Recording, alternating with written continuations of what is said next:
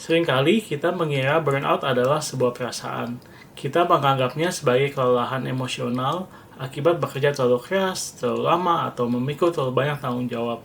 Tapi sains menunjukkan realitas yang berbeda. Burnout bukanlah sebuah mood, itu adalah kerusakan fisiologis. Menurut Dr. Alex Webley, seorang dokter gawat darurat yang telah mengamati ribuan pasien, burnout adalah kondisi ketika sistem HPA aksis di otak Anda berhenti berfungsi dengan benar. Ini bukan tentang memiliki hormon stres kortisol yang terlalu tinggi, melainkan ritme kortisol yang rata. Kita bangun tanpa energi, namun saat malam hari, kita justru merasa cemas dan tidak bisa tidur. Istilah medisnya, tired but wired, lelah tapi tegang. Jika kita merasakan ini, tubuh kita tidak sedang capek, tubuh kita sedang mengalami defisit energi biologis. Masalahnya, ada tanda bahaya yang tak terlihat. Sebelum kita merasa hancur secara mental, tubuh kita sebenarnya sudah mengirimkan sinyal bahaya berbulan-bulan sebelumnya. Ada 3 tanda biologis senyap yang sering kita abaikan. Pertama, volatilitas gula darah. Bukan diabetes, melainkan ketidakstabilan. Lonjakan gula darah yang ekstrim memicu kecemasan. Seringkali apa yang kita anggap sebagai serangan panik di tempat kerja sebenarnya adalah reaksi tubuh terhadap gula darah yang anjlok drastis. Kedua, heart rate variability atau variabilitas detak jantung yang rendah. Ini menandakan sistem syaraf Anda terjebak dalam mode fight or flight secara permanen. Yang ketiga, hilangnya ritme kortisol pagi. Seharusnya tubuh memproduksi energi alami saat bangun tidur. Jika kita butuh kopi hanya untuk membuka mata dan berfungsi, ini adalah tandanya peringatan dini. Solusinya, menurut Dr. Alex, aturan 1% dan kekuatan ritme.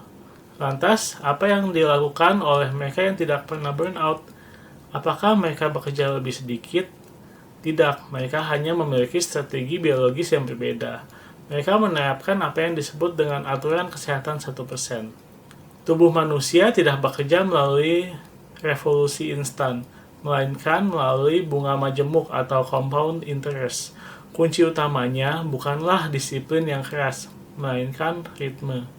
Tubuh kita mencintai prediktibilitas, makan, tidur, dan bekerja pada waktu yang acak dianggap oleh tubuh sebagai ancaman.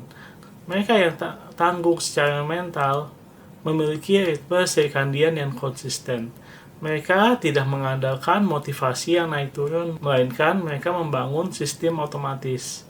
Ada 2 kebiasaan spesifik yang menjadi pembeda utama. Pertama, melihat pergerakan fisik sebagai manajemen energi, bukan sekedar olahraga.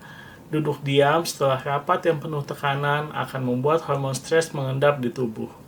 Berjalan kaki hanya 10 menit setelah makan atau rapat dapat membersihkan kortisol hingga 40%. Ini bukan soal membakar kalori, ini soal membersihkan sampah stres dari sistem syaraf kita. Kedua, dan ini yang paling sering diabaikan, koneksi sosial. Isolasi adalah racun bagi metabolisme.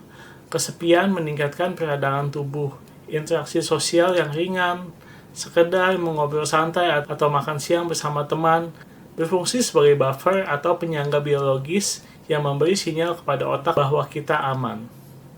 Kesimpulannya, jadi untuk menjadi seorang profesional yang tangguh dan elegan dalam bekerja, mulailah dengan blueprint sederhana ini. Jaga ritme cahaya, bangun di waktu yang sama dan dapatkan sinar matahari pagi. Stabilitas energi, makan protein saat sarapan untuk mencegah crash di siang hari. Bergeraklah, lakukan jalan kaki singkat setelah makan untuk membuang kortisol. Lakukan pernapasan dalam di sela-sela kesibukan. Jangan mengisolasi diri saat sibuk. Justru saat itulah Anda paling butuh orang lain. Kesehatan bukan dari hasil tindakan ekstrim sesekali. Kesehatan adalah hasil dari kebiasaan kecil yang dilakukan dengan ritme yang konsisten. Mulailah hari ini, 1% setiap harinya.